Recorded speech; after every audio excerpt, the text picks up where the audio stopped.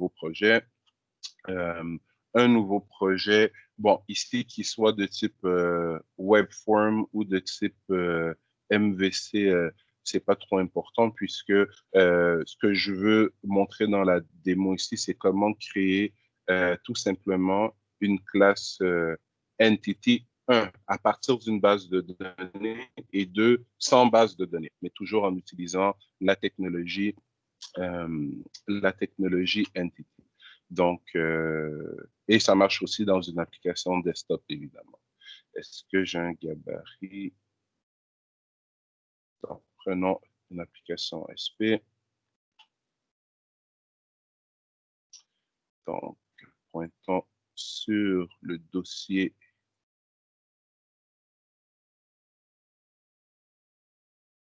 qu'on a créé. Je vais y aller avec une application MVC, mais MVC vide.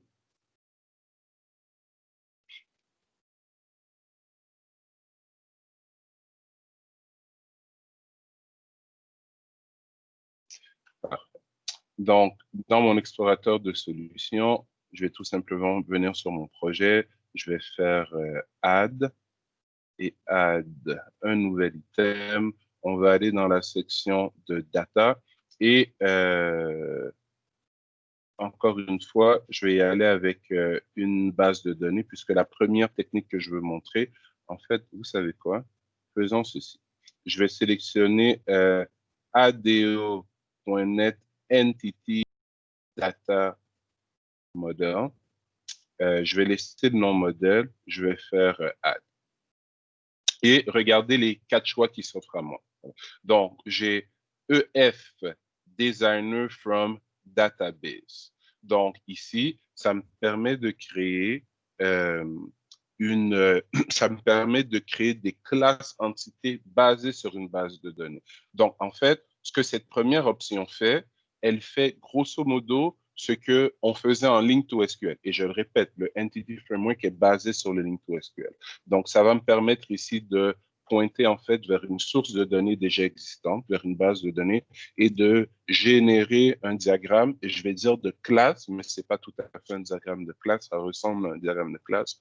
Donc, ça va me permettre de générer un diagramme de classe et les classes contenues dans ce diagramme sont les classes qui vont me permettre d'interagir avec ma base de données. Alors que ici, donc, MTEF Designer Model, ça va me permettre de tomber tout de suite dans un environnement graphique, un peu comme le class designer que je vous fais utiliser depuis notre premier cours de C# qui nous permet de non seulement visualiser les classes qui sont dans notre projet.NET en termes d'attributs, de fonctionnalités, de propriétés, qui nous permettent de voir les signatures des méthodes, mais qui nous permet aussi de graphiquement rajouter des attributs, des fonctionnalités, etc. Donc, avec ce deuxième gabarit, on est capable de dessiner nos classes, de dessiner les relations qu'il va y avoir entre elles, et ce qu'on dessine comme classe deviennent des vraies classes C# et les tables et la base de données associées sont aussi générées sur notre serveur SQL ou sur un serveur SQL serveur pour lequel on doit évidemment donner le nom du serveur à utiliser. Donc, ensuite, on a Empty Code Model First ou Code First from Database. Donc, Empty Code Model First, ça nous ouvre un gabarit où on a un squelette de classe C#, en fait. Ici, c'est à nous de créer les différentes classes C# et de leur donner les bonnes annotations pour représenter les relations. À partir de ces classes C# qu'on code nous-mêmes, donc pas d'environnement graphique. Je peux pas des nouvelles propriétés ou des nouvelles tables. Je code mes classes C# moi-même. Et à partir de ces différentes classes que je vais coder, automatiquement, les classes elles existent puisque je les ai codées et la base de données avec les tables et les relations associées sont générées. Et en instanciant des objets, du type que j'ai déclaré avec mes classes, je suis donc capable d'interagir avec la base de données. Et la dernière méthode, Code First from Database, c'est que on pointe sur une base de données déjà existante et qu'est-ce qui va se passer? On a non pas un diagramme graphique qui nous montre nos tables ou nos classes avec les relations entre elles, mais on a plutôt le code des classes qui ont été générées avec les annotations qui définissent les relations entre elles. Donc, je vais vous avouer que la majorité des développeurs .NET vont beaucoup aimer ce modèle-ci. Pourquoi? Parce que on pense en termes d'objets. Donc, et d'ailleurs, je ne sais pas si vous êtes passé à travers ce processus dans votre cours de base de données, mais ce qu'on apprend en réalité dans un cours de base de données à l'université, par exemple, c'est que pour passer du cahier de charge des requis à une base de données fonctionnelle, la première étape, en réalité, c'est de faire ce qu'on appelle le modèle conceptuel de notre base de données. Et le modèle conceptuel, c'est quoi? C'est un diagramme de classe. Donc, quand on vous dit, par exemple, que j'ai besoin d'avoir des étudiants, des enseignants, des cours, mais même en base de données, on fait un diagramme de classe où on représente les attributs que la classe étudiante devrait avoir, que la classe cours devrait avoir, que la classe enseignante devrait avoir. On utilise des liens d'association entre ces différentes classes ou même des liens d'association, des liens de composition, des liens d'héritage entre ces différentes classes en marquant la cardinalité. Le nombre d'éléments que chaque quantité peut contenir. Ce qu'on a fait ensemble quand on a étudié les diagrammes de classe. Une fois qu'on a notre diagramme de classe, on devrait passer à ce qu'on appelle, une fois qu'on a notre modèle conceptuel, qui est le diagramme de classe, on devrait passer à ce qu'on appelle le modèle logique, où l'activité est de prendre notre diagramme de classe et le convertir en diagramme entité-relation, où nos classes deviennent des, des tables et en faisant le transfert, on doit identifier dans les attributs qu'on avait identifiés dans nos classes, ce qu'on appelle les clés primaires candidates. Tous les attributs qui peuvent potentiellement être des clés primaires, on en sélectionne une qui va devenir notre vraie clé primaire. Toutes les autres clés primaires candidates d'une table devraient automatiquement devenir des champs, mais des champs qui sont uniques. Les relations qu'on avait identifiées entre nos différentes classes dans notre modèle conceptuel nous guident pour les relations qui vont exister entre nos tables. Et à partir du modèle logique qui est le diagramme entité-relation, là, on devrait tomber au modèle physique qui est de coder en SQL notable. Donc, ça se fait en 3 étapes en réalité. Souvent au cégep, qu'est-ce qu'on fait? À partir du cahier de charge, on passe directement au modèle logique, qui est le diagramme entité-relation. Donc, puisque, vous savez, avant que les decks techniques existent, la seule façon de devenir programmeur analyste, c'était de faire un bac en informatique. La méthode ici, Code First Model, est très populaire à travers les programmeurs. Pourquoi? Parce qu'ils ont appris à penser leur base de données en termes de classe d'abord, avant de le convertir en diagramme entité-relation et avant de le convertir en SQL. Donc ici, on n'a plus qu'une chose à faire, bien penser nos classes et les relations entre elles, et boum, le reste se fait automatiquement tout seul. Juste pour mon information, dans votre cours de base de données, c'était quoi les étapes pour passer du cahier de charge à, à, à vos tables fonctionnelles et implémentées dans la base de données?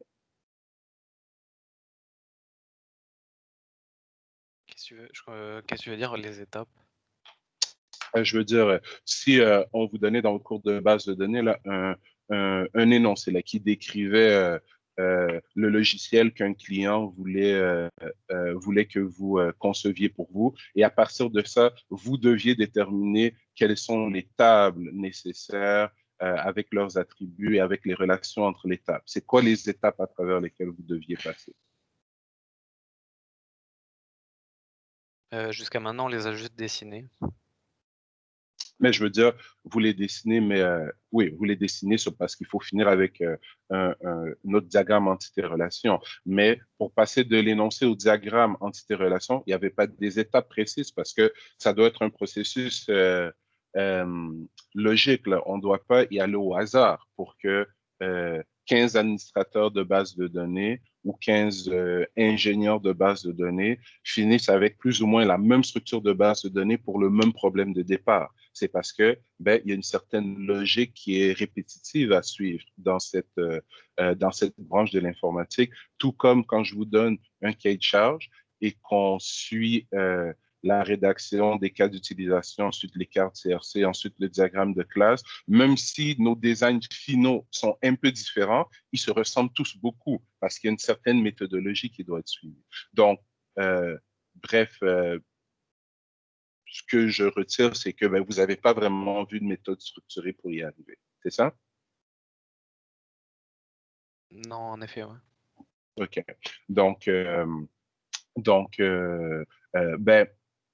comme je n'ai pas nécessairement le temps d'y aller à zéro, mais je vous ai dit un peu verbalement quelles sont les étapes qu'il faut. En fait, on le fait déjà en réalité, si vous n'en êtes pas rendu compte. Le gabarit d'analyse UML que je vous ai donné, une fois qu'on remplit les cas d'utilisation et qu'on identifie les acteurs primaires et secondaires, oui, on fait les cartes CRC, on fait le diagramme de classe. Et une fois que c'est fait, qu'est-ce que je vous dis de faire? Je vous dis à partir du diagramme, après qu'on ait fait le diagramme de classe, je vous dis créer le diagramme entité-relation.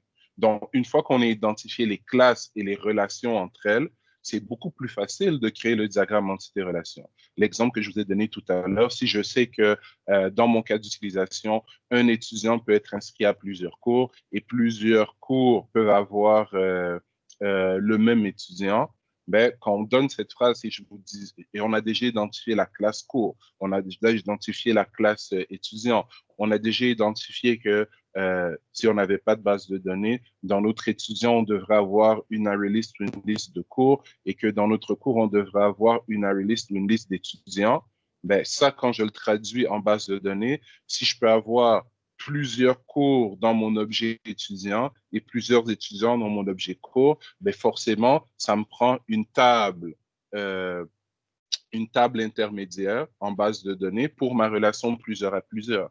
Donc, l'analyse UML qu'on fait, si vous l'utilisez même dans votre cours de base de données en faisant sauter les cartes CRC, en allant directement au diagramme de classe. De votre diagramme de classe, ça va devenir beaucoup plus facile pour vous de déterminer de quoi vous avez besoin dans vos tables, dans la base de données et quelles sont les relations dans votre base de données. Même en base de données, c'est essentiel d'utiliser les use cases. Les use cases qui sont les petits bonhommes allumettes là, dont je vous ai déjà parlé. Pourquoi? Parce que même quelqu'un qui fait de la base de données doit comprendre correctement ce que le système du client va faire en termes de fonctionnalité pour être capable de bien déterminer ce qu'il faut au niveau des données. Mais bref, c'est une petite parenthèse. J'essaie de vous donner des ressources supplémentaires là-dessus d'ici à ce qu'on finisse.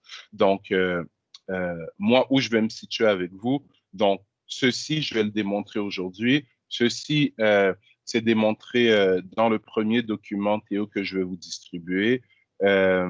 Et ceci et cela, c'est démontré dans le troisième document Théo que je ne vous ai pas encore distribué, mais je vais le faire en démonstration live avec vous jeudi avant de vous donner le document, parce que le document qui traite de ceci, ça n'a pas été écrit par moi, c'est écrit par un de mes anciens collègues, Richard Saint-Vincent, qui a pris sa retraite il y a à peu près 3-4 ans. Le document est intéressant.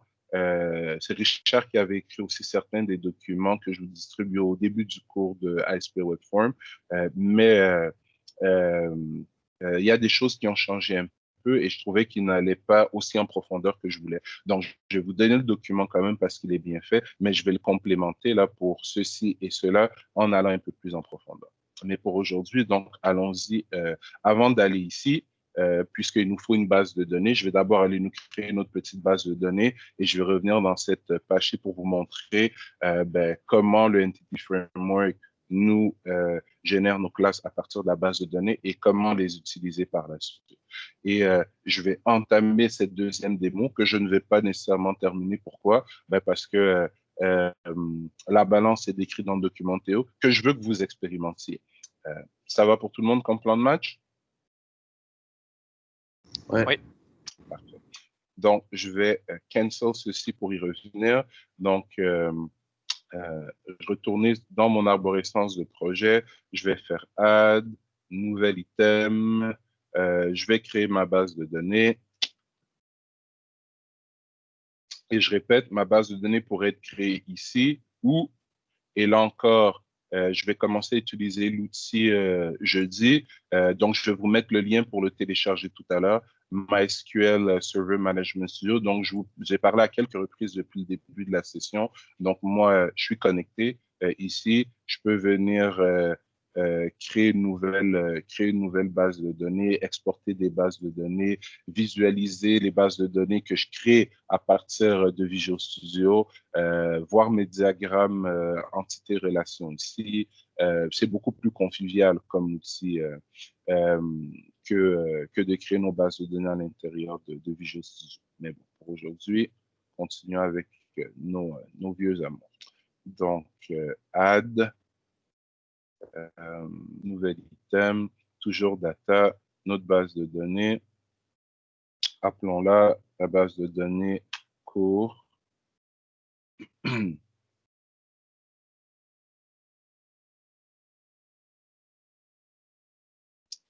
Parfait. Donc, comme d'habitude, j'ai ma base de données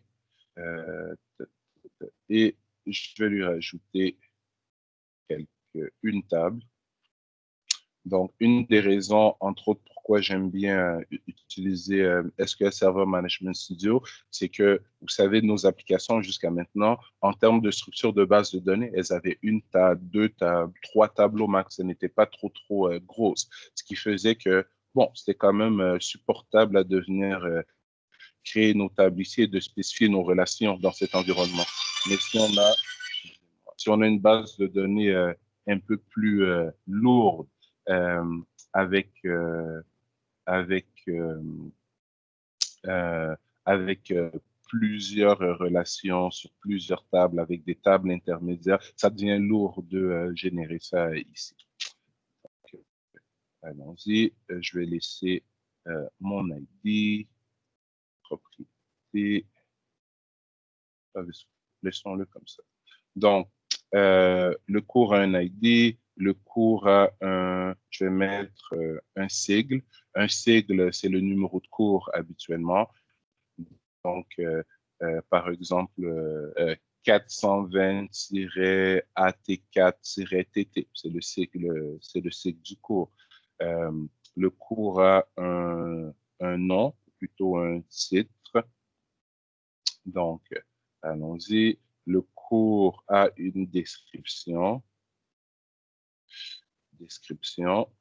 Et le cours a un certain nombre de crédits, voilà, qu'il vous donne par rapport à l'obtention de votre diplôme, un certain poids. Donc, allons chercher, tiens, ici. Parfait. Donc, ceci représente un cours dans mon histoire.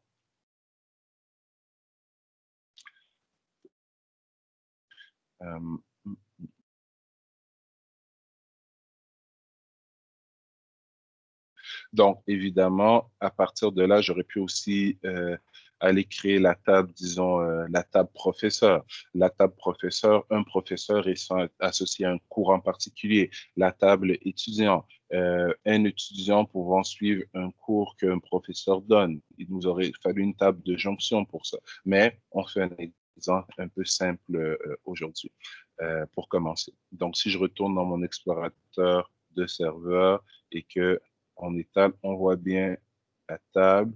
Et encore une fois, j'ai fait une bêtise. Ma table ne devrait pas s'appeler table. Elle devrait s'appeler court, sinon ça peut nous générer des erreurs par la suite. On va updater, on va updater.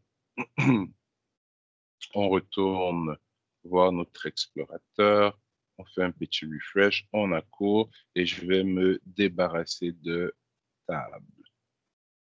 Magnifique. Donc, j'ai ma base de données. Il n'y a plus trop de secrets pour vous à ce niveau-là, comment les créer à travers Visual Studio. Je vais retourner dans mon explorateur de solutions et toujours dans Add, toujours dans New Item, et dans Data, je vais maintenant venir sélectionner le ADO.NET Entity Data Model. Et je le stresse encore une fois. ADO.NET, donc le Entity Framework, est basé sur le Link to SQL qui lui est basé sur le ADO.NET. Donc, au final, c'est toujours des connexions, des data readers, des commandes qui sont les objets qui sont créés et utilisés. Mais on a un niveau d'abstraction beaucoup plus élevé. Donc, allons-y. Je vais appeler ça, tiens,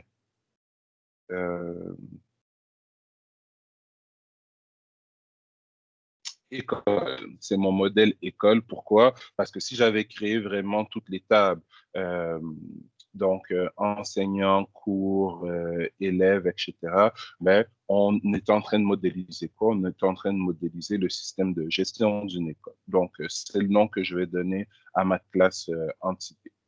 Donc, add. Et là, on me demande de choisir comment est-ce que je veux créer ma classe entité. Donc, soit j'ai déjà une base de données existante et je veux créer les objets qui me permettent d'interagir avec cette base de données, ou je n'ai pas de base de données existante, je n'ai pas de classe, je veux plutôt créer un diagramme de classe qui va me permettre de spécifier les relations entre ces classes et donc de générer automatiquement les tables et les relations équivalentes. Ou encore, j'adore coder, donc je vais coder moi-même mes classes et en utilisant les bonnes annotations, la base les bonnes relations vont être codées, etc. Mais on se trouve dans ce modèle-ci. Et si je prends la peine de lire un peu, create a model in the EF Designer base on the existing database. You can choose the database connection setting for the model and database object to include in the model. The classes your application will interact with are generated from the model. Donc, quand on lit ça, et si je traduis, donc un diagramme va être généré à partir de la base de données. On peut choisir la connexion qui doit être utilisée pour générer le diagramme et la connexion vise une base de données. Donc, c'est tout comme dire qu'on peut choisir la base de données basée sur laquelle notre diagramme va être généré. Et les classes comprises dans ce diagramme seront générées à partir de la base de données et nous permettront donc d'interagir avec cette base de données. C'est ce qu'on nous dit ici. Donc, je vais appuyer Next et ben, on me propose par défaut cours ici, puisque c'est la seule base de données que j'ai présentement dans mon projet. Par contre, et on voit que ce qu'on voit ici, on voit la connection string vers cette fameuse base de données. Donc, encore un indice sur le fait que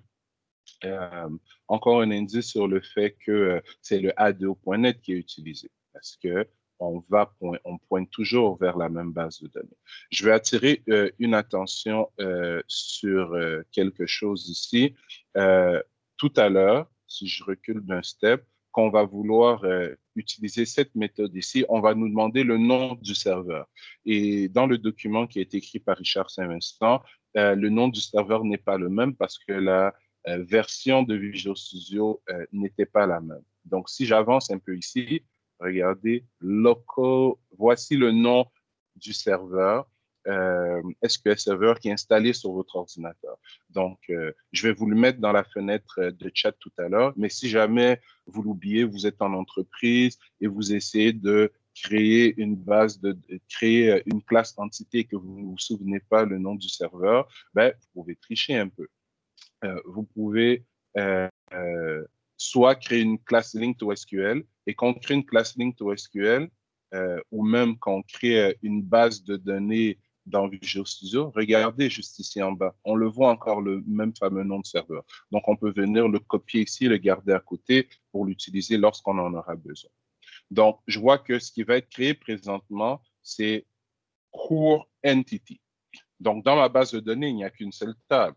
Donc, la classe qui va être créée va s'appeler Core Entity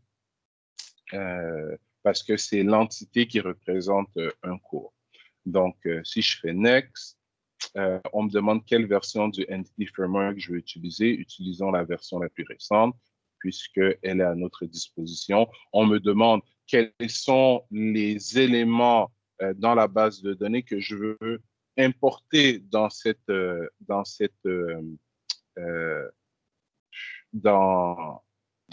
image ou dans cette photo de la base de données que je suis en train de créer.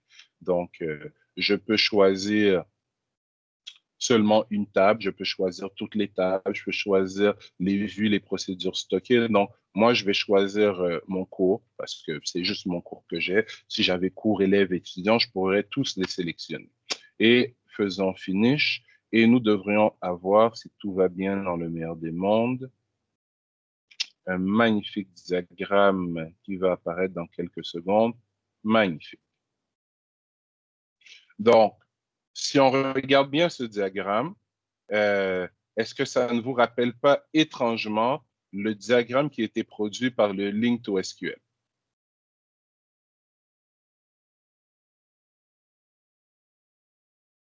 Oui, non, peut-être. Oui, ça ressemble. Ça ressemble étrangement. À une différence près, on voit ici Navigation Property. Navigation Property, donc une propriété de navigation. C'est comme ça que dans ce diagramme, on appelle les relations entre ce qui va devenir les tables ou ce qui est les tables de notre base de données. Puisque mon cours était un enfant unique dans ma base de données, eh bien, il n'a de relation avec personne d'autre. Mais si, par exemple, mon cours devait être associé à des étudiants, ben, je pourrais créer une propriété de navigation entre la table cours et la table étudiant, ce qui est démontré dans le premier document théorique que je vous ai distribué, création d'une base de données entité qu'on va regarder tout à l'heure. Si je regarde dans ma boîte à outils, regardez ce que j'ai dans ma boîte à outils ici. Donc, association, entity, pardon, j'en ai pas plus que ça, je devrais en avoir. Ah, d'accord. C'est parce que ça a été généré automatiquement. Si on avait pris le deuxième template pour créer ces diagrammes nous-mêmes, on aurait vu qu'on pouvait rajouter des classes, on pouvait leur rajouter des propriétés, des clés de navigation. D'ailleurs, add new. Scalar property, ben, Scalar property, c'est une relation 1 à 1, en fait, qui va être générée de données. Navigation property, c'est une relation 1 à plusieurs. Complex property, ben, si j'imbrique un objet dans un autre objet, un programme, par exemple, peut contenir comment donner un exemple intéressant? Donc, un enseignant, par exemple, peut avoir, je sais pas moi, une spécialité. Au lieu de faire une table spécialité à part, ben, je peux dire qu'un enseignant contient un champ spécialité et que le champ spécialité peut prendre une de trois valeurs, informatique, électronique, réseautique.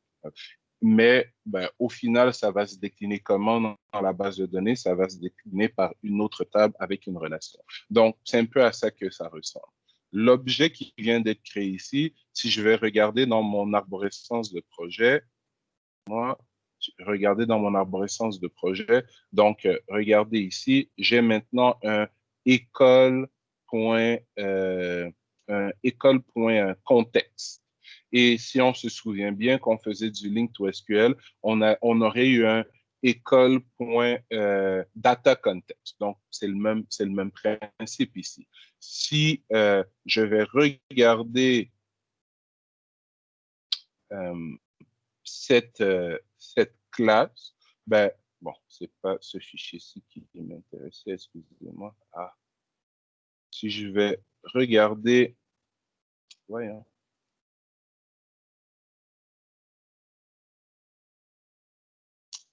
Voilà. Donc, si je vais dans cours ici, parfait. Si je vais dans cours ici, ben, on voit notre classe cours qui a été générée automatiquement, hein. Et ma classe cours, ben, on voit qu'elle a un ID, un sigle, un titre, une description et un nombre de crédits. Si mon cours avait une relation avec une autre table, ben, on verrait une annotation spécifique qui se trouverait ici et qui indiquerait si c'est une relation un à plusieurs, plusieurs à plusieurs avec d'autres tables. Ce qui est démontré encore une fois dans la deuxième technique. De la même façon, j'ai ma classe école ici, ben, qui ne contient rien. Il n'y a rien qui n'a été généré automatiquement puisque ben, on l'école présentement. Euh, cette technologie est très, très similaire ou en fait à d'autres technologies que vous connaissez sûrement. Je vais m'avancer, vous allez me dire que si vous en avez déjà fait ou pas. Vous avez déjà fait du MongoDB en Node avec Marc? Oui. Parfait. Donc, MongoDB, bon, on a MongoDB et on a Mongoose. Ça va? Est-ce qu'on est capable de me donner la différence entre ces deux mots ou ces deux technologies que je viens de nommer? Parce que je vais faire le parallèle avec le ASP dans quelques secondes. Donc, on a MongoDB et on a Mongoose qui nous sert à interagir avec MongoDB, faire le lien. Donc, MongoDB est la base de données NoSQL et Mongoose est ce qu'on appelle un ORM, Object Relational Mapping. Donc, c'est une technologie qui me permet de mapper, qui me permet de faire le lien entre des objets et, euh, euh, des sources de données associées. Donc, le Link to SQL et le Entity Framework, c'est une technologie ORM, c'est une technologie de Object Relational Mapping. Des technologies similaires existent aussi en Java. En Java, la technologie la plus populaire et sur laquelle est basé d'ailleurs le Link to SQL, le Entity Framework et même le MongoDB, ben, ça s'appelle et ça s'appelait et ça s'appelle toujours Hibernate. Donc, de la même façon que le Entity Framework, Code First, me permet de créer des classes et de leur donner des annotations qui spécifient la cardinalité ou les relations un à plusieurs à plusieurs. Hibernate permettait de faire ça depuis déjà 50 ans. Donc, juste pour dire que l'informatique change, mais reste sensiblement pareil. L'objet qu'on vient de créer, ben, si je voulais l'utiliser, ben, ce serait aussi simple que ce qu'on faisait en Link to SQL. Donc, c'est-à-dire de venir utiliser mon objet qui est ici, ma classe école, et à partir de ma classe école, à l'intérieur d'entre elles, j'aurai accès aux cours, aux enseignants, aux étudiants qui se trouvent à l'intérieur de mon école. Si essayons rapidement. Vous savez quoi? Ça fait un bout de temps qu'on bavarde. Je vais vous laisser prendre une petite pause. En revenant de la pause, je vais jouer un peu avec ma classe école et cours ici. Et ensuite, on va regarder, parce que ce qu'on vient de faire, c'est très, très similaire au Entity Framework. Pardon, c'est très, très similaire au Link to SQL, mais on ne le voit pas encore puisque le processus a été presque pareil en termes de création de notre classe entité. Mais c'est énormément et beaucoup, beaucoup plus puissant. Et on va essayer de le démontrer tout à l'heure, tout en montrant comment, à partir du deuxième gabarit, on peut créer la classe et générer la base de données automatiquement. Donc, prenons une quinzaine, si vous permettez. Donc, il est 9, arrondissons à 10, revenons à 25. Ça va pour tout le monde? C'est bon. Super. À tout à l'heure.